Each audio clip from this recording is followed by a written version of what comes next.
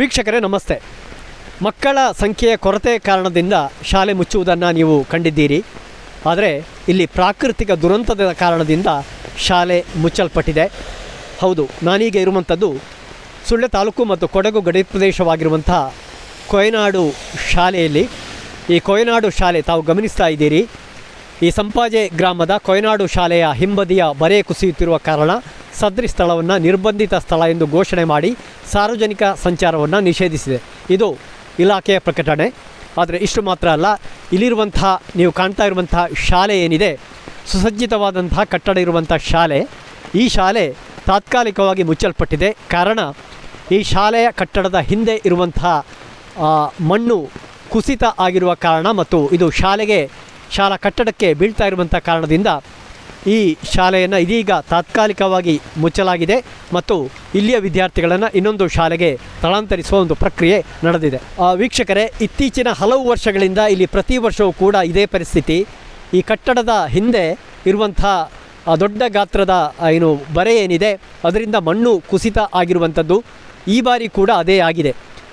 ಪುಣ್ಯವಶಾತ್ ಶಾಲೆಗೆ ರಜೆ ಇರುವ ಕಾರಣದಿಂದ ಮಕ್ಕಳು ಬಚಾವಾಗಿದ್ದಾರೆ. ಇಲ್ಲದೆ ಹೋದರೆ ಬಹಳ ದೊಡ್ಡ ದುರಂತ ಸಂಭವಿಸುವಂಥ ಒಂದು ಸಂದರ್ಭ ಇತ್ತು. ಇದು ತಾವು ಗಮನಿಸ್ತಾ ಇದ್ದೀರಿ ಯಾವ ರೀತಿ ಈ ಶಾಲಾ ಕಟ್ಟಡದ ಹಿಂದೆ ದೊಡ್ಡ ಗಾತ್ರದ ಬರೆ ಇದೆ. ಆ ಬರೆಯಿಂದ ಮಣ್ಣು ಕುಸಿತ ಆಗಿ ಈ ಒಂದು ಕಟ್ಟಡದ ಹಿಂಬದಿ ಗೋಡೆಗಳಿಗೆ ಮಗುಚಿ ಬಿದ್ದಿರುವಂಥದ್ದು. 83 ಮಕ್ಕಳು ವಿದ್ಯಾಭ್ಯಾಸವನ್ನು ನಡೆಸ್ತಾ ಇದ್ದಾರೆ. ಸುಸಜ್ಜಿತವಾದ ಕಟ್ಟಡ ಇದೆ, ತಾವು ಗಮನಿಸ್ತಾ ಇದ್ದೀರಿ. ಇತ್ತೀಚೆಗಷ್ಟೇ ಈ ಒಂದು ಶಾಲಾ ಕಟ್ಟಡದ ಹಿಂದೆ ಬೃಹತ್ ಗಾತ್ರದ ತಾವು ಏನು ಗಮನಿಸ್ತಾ ಇದ್ದೀರಿ, ಈ ಮಣ್ಣು ಕುಸಿತ ಆಗಿ ಈ ಕಟ್ಟಡಕ್ಕೆ ಬಿದ್ದಿರುವಂಥದ್ದು.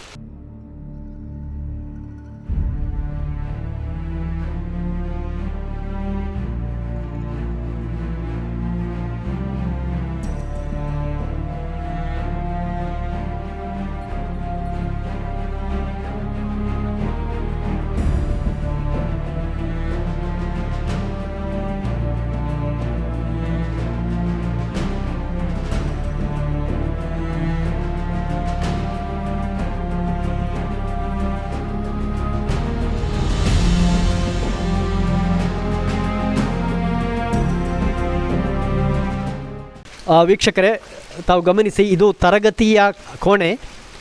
ಈ ತರಗತಿಯ ಕೋಣೆಗಳ ಒಳಗೆ ಕೂಡ ಮಣ್ಣು ಕಲ್ಲುಗಳು ಬಿದ್ದಿರುವಂಥ ದೃಶ್ಯಾವಳಿಗಳನ್ನು ನೀವು ಕಾಣ್ತಾ ಇದ್ದೀರಿ. ಒಂದು ವೇಳೆ ಶಾಲೆಗೆ ರಜೆ ಇಲ್ಲದೇ ಹೋಗಿರ್ತಿದ್ರೆ ಅಥವಾ ವಿದ್ಯಾರ್ಥಿಗಳು ಈ ತರಗತಿ ಕೋಣೆಯಲ್ಲಿ ಇರ್ತಾ ಇದ್ದರೆ ಎಷ್ಟು ದೊಡ್ಡ ಮಟ್ಟದ ಅನಾಹುತ ಸಂಭವಿಸ್ತಾ ಎನ್ನುವುದು ನಮಗೆ ವರ್ಣಿಸಲಿಕ್ಕೂ ಸಾಧ್ಯ ಇಲ್ಲದಂಥದ್ದು.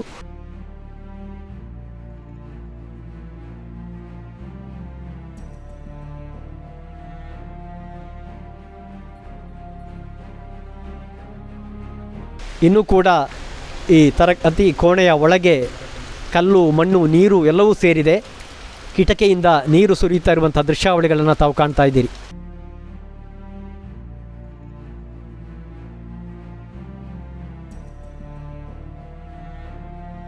ಒಂದು ರೀತಿಯಲ್ಲಿ ನೀರಿನ ಹೊರತೆ ಬಂದ ರೀತಿಯಲ್ಲಿ ಈ ಕೋಣೆಯ ಒಳಗಿನಿಂದ ಬಾಗಿಲ ಸಂದಿಯಿಂದ ನೀರು ಹೊರಗೆ ಬರ್ತಾ ಇರುವುದನ್ನು ನೀವು ಗಮನಿಸ್ತಾ ಇದ್ದೀರಿ. ಕೋಣೆಗಳ ಗೋಡೆಯ ಕಿಟಕಿ ಕೂಡ ಮುರಿದು ಬಿದ್ದಿರುವಂಥದ್ದು. ಬಹಳ ದೊಡ್ಡ ಗಾತ್ರದ ಬರೆ, ಆ ಮಣ್ಣಿನ ಕುಸಿತದ ಒಂದು ಪರಿಣಾಮದಿಂದ ಪೂರ್ತಿ ತರಗತಿ ಕೋಣೆಗಳ ಒಳಗೆ ಕೂಡ ಮಣ್ಣು ಸೇರಿಕೊಂಡಿದೆ. ಕಿಟಕಿಗಳು ಮುರಿದು ಬಿದ್ದಿವೆ.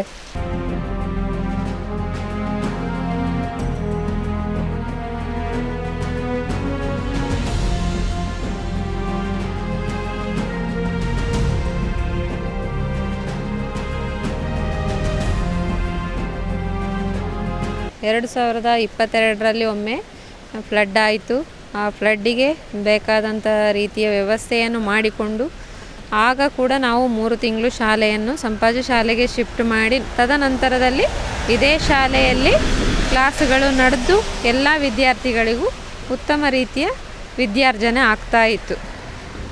ಹಾಗೆಯೇ ಆದಂತಹ ಒಂದು ಫ್ಲಡ್ಡಿಂದ ಅನಾಹುತಗಳು ಏನು ಆಗ ಕೂಡ ಯಾರಿಗೂ ಜೀವಹಾನಿಯಾಗಿರಲಿಲ್ಲ. ಯಾವುದೇ ರೀತಿಯಾದಂತಹ ಜೀವಹಾನಿಗಳು ಆಗದೆಯೇ ಸ್ವಲ್ಪ ಕಟ್ಟಡಗಳಿಗೆ ಸಮಸ್ಯೆಗಳಾಗಿತ್ತು. ಅದನ್ನು ವಿವಿಧ ಇಲಾಖೆಗಳಿಂದ ಹಾಗೆ ನಮ್ಮ ಗ್ರಾಮ ಪಂಚಾಯತಿಂದ ಒಟ್ಟು ಸೇರಿ ನಾವು ಸುವ್ಯವಸ್ಥೆಯನ್ನು ಕಾಪಾಡಿಕೊಂಡಿದ್ದೆವು.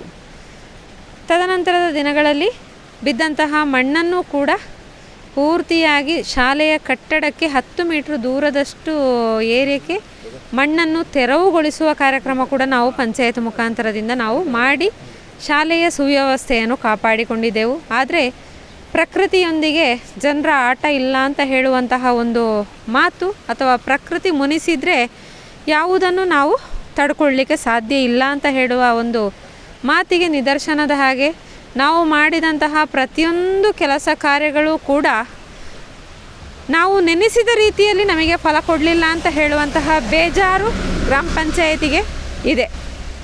ಆದರೆ ಒಂದು ಅಹವಾಲು ಇದೆ, ಕೊಯನಾಡು ಭಾಗಕ್ಕೆ ಕೊಯನಾಡಲ್ಲಿ ಶಾಲೆ ಬೇಕು ಅಂತ ಹೇಳಿ. ಆ ನೆಲೆಯಲ್ಲಿ ನಾವು ಈಗ ಕೂಡ ನಮ್ಮ ವಿದ್ಯಾರ್ಥಿಗಳಿಗೆ, ಈ ಶಾಲೆಯಲ್ಲಿ ಕಲಿಯುವಂತಹ ವಿದ್ಯಾರ್ಥಿಗಳಿಗೆ 86 ಮಕ್ಕಳಿದ್ದಾರೆ. ಆ ಮಕ್ಕಳಿಗೆ ಯಾವುದೇ ರೀತಿಯಾದಂತಹ ವಿದ್ಯಾರ್ಜನೆಗೆ ತೊಂದರೆ ಆಗಬಾರ್ದು. ಈ ನೆಲೆಯಲ್ಲಿ ಈಗ ಕೂಡ ನಾವು ಗ್ರಾಮ ಪಂಚಾಯಿತಿ ಹಾಗೆ ವಿವಿಧ ಎಲ್ಲ ಇಲಾಖೆ ಶಿಕ್ಷಣ ಇಲಾಖೆ ಎಲ್ಲರೂ ಕೂಡ ಒಂದು ಏಕರೀತಿಯ ನಿನ್ನೆಯೇ ನಾವು ಸಮಸ್ಯೆ ಆಗಿರುವಂಥದ್ದು, ನಿನ್ನೆಯೇ ನಾವು ಅದಕ್ಕೆ ನಿರ್ಧಾರವನ್ನು ಕೂಡ ಕೈಗೊಂಡಾಗಿದೆ. ಇನ್ನೇನು ನಾವು SDMC ಮೀಟಿಂಗ್ ಕರೆದು ಮಕ್ಕಳನ್ನು ನಾವು ಎಲ್ಲ ಮಕ್ಕಳನ್ನು ಕೂಡ ಸಂಪಾಜ ಶಾಲೆಗೆ 3-4 ತಿಂಗಳ ಮಟ್ಟಿಗೆ ನಾವು ಸಂಪಾಜ ಶಾಲೆಯಲ್ಲಿ ಅವರಿಗೆ ವಿದ್ಯಾರ್ಜನೆಗೆ ಅವಕಾಶ ಮಾಡಿಕೊಟ್ಟು ತದನಂತರದಲ್ಲಿ ಪುನಃ ಕೊಯನಾಡು ಶಾಲೆಯಲ್ಲಿಯೇ ಮಾಡಲಿಕ್ಕೆ ಅವಕಾಶವನ್ನು ನಾವು ಕಂಡುಕೊಳ್ಳುವಲ್ಲಿ ಯಶಸ್ವಿ ಆಗ್ತೇವೆ ಅಂತ ಹೇಳುವಂತಹ ಒಂದು ಆಶಾಭಾವನೆ ನಮ್ಮಲ್ಲಿ ಇದೆ. ಈ ಒಂದು ನೆಲೆಯಲ್ಲಿ ಮಕ್ಕಳಿಗೆ ವಿದ್ಯಾರ್ಥಿಗಳಿಗೆ ವಿದ್ಯಾರ್ಜನೆಗೂ ತೊಂದರೆ ಆಗಬಾರ್ದು. ಅದೇ ರೀತಿಯಲ್ಲಿ ಊರಿನವರ ಒಂದು ಆಸೆ ಏನಿದೆ, ನಮ್ಮ ಊರಲ್ಲಿ ಶಾಲೆ ಬೇಕು, ಆ ನೆಲೆಯಲ್ಲಿ ನಮ್ಮ ಊರಿನ ಮಕ್ಕಳಿಗೆ ವಿದ್ಯಾರ್ಜನೆಗೆ ಅವಕಾಶ ಸದಾ ಕಾಲ ಸಿಗ್ತಾ ಇರಬೇಕು ಅಂತ ಹೇಳುವಂಥ ಆಶಾಭಾವನೆ ಏನುಂಟು. ಅದಕ್ಕೆ ಪೂರಕವಾದ ಹಿನ್ನೆಲೆಯಲ್ಲಿ ಕಂದಾಯ ಇಲಾಖೆಯಿಂದ ಬೇಕಾದ ರೀತಿಯಂತಹ ವ್ಯವಸ್ಥೆಗಳನ್ನು ಕೂಡ ಮಾಡಲಿಕ್ಕೆ ಈಗ ನಾವು ಕೈ ಜೋಡಿಸಿದ್ದೇವೆ. ಈ ಎಲ್ಲ ಕೆಲಸ ಕಾರ್ಯಗಳು ಕೂಡ ಯಶಸ್ವಿ ಆಗಬೇಕು. ಕೊಯನಾಡು ಭಾಗದಲ್ಲಿ ಯಥಾಸ್ಥಿತಿಯಲ್ಲಿ ಶಾಲೆ ಮುಂದುವರಿಲಿಕ್ಕೆ ಅವಕಾಶ ಸಿಕ್ಕಬೇಕು. ಹಾಗೆಯೇ ಈ ಊರಿನ ಜನತೆಗೆ ವಿದ್ಯಾರ್ಜನೆಗೆ ಹಾಗೆಯೇ ಶಾಲೆಗೆ ಏನು ಈಗ ತೊಂದರೆಗಳಾಗಿದೆಯೋ ಮಣ್ಣು ಜರಿದು ಆ ಒಂದು ತೊಂದರೆಗಳಿಗೆ ಪೂರಕವಾಗಿ PRED ಇಲಾಖೆಯಿಂದ ಬೇಕಾದಂತಹ ವ್ಯವಸ್ಥೆಗಳನ್ನು ರಿಟೈನಿಂಗ್ ವಾಲ್ ಆಗಿರ್ಬೋದು ಅಥವಾ ಏನೇನು ವ್ಯವಸ್ಥೆಗಳಾಗಬೇಕು ಅಥವಾ ಪೂರಕವಾದ ಇನ್ನೊಂದು ಜಾಗವನ್ನು ಕೂಡ ನಾವು ಕೇಳಿಕೊಂಡೆವು ಕಂದಾಯ ಇಲಾಖೆಯಲ್ಲಿ. ಯಾಕೆಂತೇಳಿದರೆ ಇದು ಸುರಕ್ಷಿತ ಸ್ಥಳ ಅಂತ ಹೇಳುವಂತಹ ಒಂದು ಹೆದರಿಕೆ ಈಗ ಎಲ್ರಿಗೂ ಉಂಟಾಗಿದೆ. ಆದರೆ ಶಾಲೆ ನಡೆಸಲಿಕ್ಕೆ ಆದರೆ ಇಲ್ಲೇ ಮಾಡ್ಬೋದು, ಇಲ್ಲ ಅಂತೇಳಿದರೆ ಕಂದಾಯ ಇಲಾಖೆಯಿಂದ ನಮಗೆ ಜಾಗ ಗೊತ್ತುವರಿ ಮಾಡ್ತಾರೆ. ಅಲ್ಲಿ ನಾವು PRED ಇಲಾಖೆ, ಗ್ರಾಮ ಪಂಚಾಯತ್ ಹಾಗೆಯೇ ಊರಿನ ಪ್ರಮುಖರನ್ನು ಸೇರಿಸಿಕೊಂಡು ಕೊಯನಾಡು ಏರಿಯಾಕ್ಕೆ ಪುನಃ ಒಂದು ಶಾಲೆಯನ್ನು ಕಟ್ಟಿ ಇಲ್ಲಿನ ಜನರಿಗೆ ಶಾಲೆ ಸದಾಕಾಲ ಅವರ ಹತ್ರ ಇರುವ ಹಾಗೆಯೇ ನೋಡಿಕೊಳ್ಳಲಿಕ್ಕೆ ನಾವೆಲ್ಲರೂ ಕೂಡ ಈಗ ಮುತುವರ್ಜಿಯನ್ನು ವಹಿಸ್ತಾ ಇದ್ದೇವೆ. ಈ ಎಲ್ಲ ಕೆಲಸ ಕಾರ್ಯಗಳು ಯಶಸ್ವಿ ಆಗಬೇಕು ಅಂತೇಳಿ ಕೂಡ ದೇವರಲ್ಲಿ ಕೇಳಿಕೊಳ್ತೇನೆ. ಆವಾಗಲೂ ಇದೇ ಸಮಯದಲ್ಲಿ ಆಗಸ್ಟ್ ತಿಂಗಳಲ್ಲಿಯೇ ಇಲ್ಲಿ ಕಿಂಡಿ ಅಣೆಕಟ್ಟಲ್ಲಿ ಫ್ಲಡ್ ಬಂದ ಕಾರಣ ಆ ಒಂದು ನೀರು ನಿಂತು ಏನೆಲ್ಲ ಸಮಸ್ಯೆ ಆಯಿತು, ಅದೇ ರೀತಿಯಲ್ಲಿ ಇಲ್ಲಿ ಕೂಡ ಬರೆ ಜರ್ದದ್ದು ಸತ್ಯವೇ. ಆದರೆ ಆಗ ಜಿಯೋಲಜಿಸ್ಟ್ಗಳು ಏನು ಹೇಳಿದರು ಅಂತೇಳಿದರೆ ಇದು ಅಷ್ಟಾಗಿ ಸುರಕ್ಷಿತ ಸ್ಥಳ ಅಲ್ಲ, ಆದರೆ ನಿಮಗೆ ಊರಿನವರಿಗೆ ಧೈರ್ಯ ಉಂಟು, ಮಾಡಿಕೊಳ್ಳಲಿಕ್ಕೆ ಅವಕಾಶ ಉಂಟು ಅಂತ ಹೇಳಿದರೆ ನೀವು ಸದಾಕಾಲ ಮಾಡಿಕೊಂಡು ಹೋಗ್ಬೋದು ಅಂತ ಹೇಳಿದರು.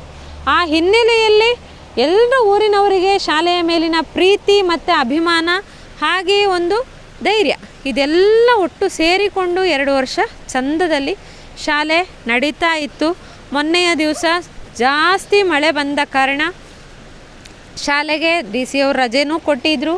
ಆದರೆ ಫ್ಲಡ್ ಆದ ಸಮಯ ಅಂತ ಹೇಳಿ ಇದು ಬರೇ ಜರ್ದ ಸಮಯ ಅಂತ ಹೇಳಿದರೆ ಮೊನ್ನೆಯ ದಿನ ಮಧ್ಯರಾತ್ರಿ ಬರೆ ಜರ್ದಿದ್ದು.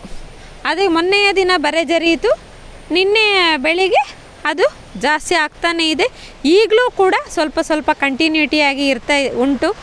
ಎಲ್ಲ ಸಾರ್ವಜನಿಕ ಬಂಧುಗಳೊಟ್ಟಿಗೂ ಕೂಡ ನಾನು ಬೇಡಿಕೊಳ್ಳೋದೇನು ಅಂತೇಳಿದರೆ, ಫ್ಲಡ್ ಆದಂತಹ ಏರಿಯಾಕ್ಕೆ ಯಾರೂ ಕೂಡ ಧೈರ್ಯವನ್ನು ಸಾಧಿಸಿಕೊಂಡು ಶಾಲೆಯ ಕಟ್ಟಡದ ಮೇಲೆ ಹತ್ತುವುದಾಗಲಿ ಅಥವಾ ಬರೀ ಜರ್ದಲ್ಲಿಗೆ ಹೋಗಿ ಸೆಲ್ಫಿ ತೆಗೆಯುವುದಾಗಲಿ ಇದೆಲ್ಲವನ್ನು ಯಾರೂ ಕೂಡ ಮಾಡಬೇಡಿ. ಯಾವುದೇ ರೀತಿಯಾದಂತಹ ಜೀವಹಾನಿಗಳು ಆಗಲಿಲ್ಲ, ಆಗದ ಹಾಗೆ ಇನ್ನು ಮುಂದೆ ಕೂಡ ಮುತುವರ್ಜಿ ವಹಿಸಿಕೊಳ್ಳುವಂತಹ ವ್ಯವಸ್ಥೆ ನಮ್ಮ ಕೈಯಲ್ಲಿ ಇರುವಂಥದ್ದು. ಇದಕ್ಕೆ ಪ್ರತಿಯೊಬ್ಬ ಸಾರ್ವಜನಿಕರು ಕೂಡ ಕಿವಿ ಕೊಡಬೇಕು ಅಂತೇಳಿ ನಾನು ಕೇಳಿಕೊಳ್ತೇನೆ. ನಾನು ತೀರ್ಥಪ್ರಸಾದ್ ಕೋಲ್ಚಾರ್ ಅಂತ. ನಮ್ಮ ಕೊಯ್ನಾಡು ಶಾಲೆಯಲ್ಲಿ ಫ್ಲಡ್ ಆಗಿದೆ. 2019ರಲ್ಲಿ ಪ್ರಾರಂಭ ಆಗಿತ್ತು. ಅದನ್ನು ತೆಗಿತಾಯಿದ್ರು ಸರ್ಕಾರದಿಂದ ಮತ್ತು ಜನರ ಸಹಕಾರದಿಂದ ತೆಗಿತಾಯಿದ್ರು. ಈಗ ನಿನ್ನೆ ದಿನ ಪುನಃ ಇದಾಗಿದೆ. ಶಾಲೆ ಪ್ರಾರಂಭವಾಗಿ ಸುಮಾರು ನನಗೆ ಗೊತ್ತಿದ್ದಾಗ ಒಂದು 60 ವರ್ಷ ಎಬವ್ ಆಗಿರ್ಬೋದು, 60 ಇಯರ್ಸ್ ಎಬವ್. ಅಂತೂ ಏನು ತೊಂದರೆಗಳಾಗಲಿಲ್ಲ. ಬಹುಶಃ JCB ಹಾಗೂ ಇಟಾಚಿಗಳಲ್ಲಿ ಮಣ್ಣನ್ನು ಆಗದೇ ಇರುವ ಕಾರಣದಿಂದ ಅಲ್ಲಿ ಏನೋ ಮಣ್ಣಿನ ಇದು ಸವೆತ ಆದ ಕಾರಣ ಏನೋ ನೀರಿನ ಒತ್ತಡ ಹಾಗೆ ಏನೋ ಜರಿಲಿಕ್ಕೆ ಕಾರಣ. ಕಳೆದ ವರ್ಷ ಇದಾದಾಗ ಗಣಿ ವಿಜ್ಞಾನ ಇಲಾಖೆಯವರು ಬಂದು ನೋಡಿ ಆ ಕಡೆ ತೆಗೆಯೋದು ಬೇಡ, ಈ ಕಡೆ ಕಟ್ಟಿ ಅಂತೇಳಿ ಹೊಸ ಇದು ಬಿಲ್ಡಿಂಗನ್ನು ಕಟ್ತಾ ಇದ್ದಾರೆ ಇವಾಗಲೇ. ಆ ಕಡೆ ಹಿಂದೆ ಗಟ್ಟಿ ಇದೆ, ಶಾಲೆಯನ್ನು ಇಲ್ಲೇ ಉಳಿಸ್ಕೊಳ್ಬೇಕು ನಾವು. ಆದ ಕಾರಣ ಉತ್ತಮವಾದ ತಡೆಗೋಡೆಯನ್ನು ನಿರ್ಮಿಸಿ ಸರ್ಕಾರದಿಂದ ಅಲ್ಲಿ ಶಾಲೆ ಇಲ್ಲೇ ಇರುವಂತೆ ಮಾಡಬೇಕು ಅಂತ ನನ್ನ ವಿನಂತಿ. ವೀಕ್ಷಕರೇ, ಇದು ಜ್ಞಾನ ದೇಗುಲ. ಸುಮಾರು 83 ಮಕ್ಕಳು ಕಲಿತಾ ಇರುವಂತಹ, ನಲಿದಾಡ್ತಾ ಇದ್ದಂತಹ ಒಂದು ಶಾಲಾ ಪರಿಸರ. ಆದರೆ ಪ್ರಖರವಾಗಿರುವಂತಹ ಮಳೆಗೆ, ಆ ಮಳೆ ತಂದೊಡ್ಡಿದ ಪ್ರಾಕೃತಿಕ ದುರಂತಕ್ಕೆ ಇವತ್ತು ಈ ಶಾಲೆಯ ಮುಚ್ಚುವಂಥ ಸ್ಥಿತಿಯಲ್ಲಿದೆ. ಶಾಲೆಯ ಹಿಂಬದಿ ಇರುವಂತಹ ಮಣ್ಣು ಕುಸಿದು ಈ ಶಾಲೆಯ ಅಂದವನ್ನು ಗೆಡಿಸಿದೆ. ಈ ಶಾಲೆಯ ಭವಿಷ್ಯದ ದೃಷ್ಟಿಯಿಂದ ಬಹಳ ದೊಡ್ಡ ಆತಂಕವನ್ನು ಸೃಷ್ಟಿ ಮಾಡಿದೆ.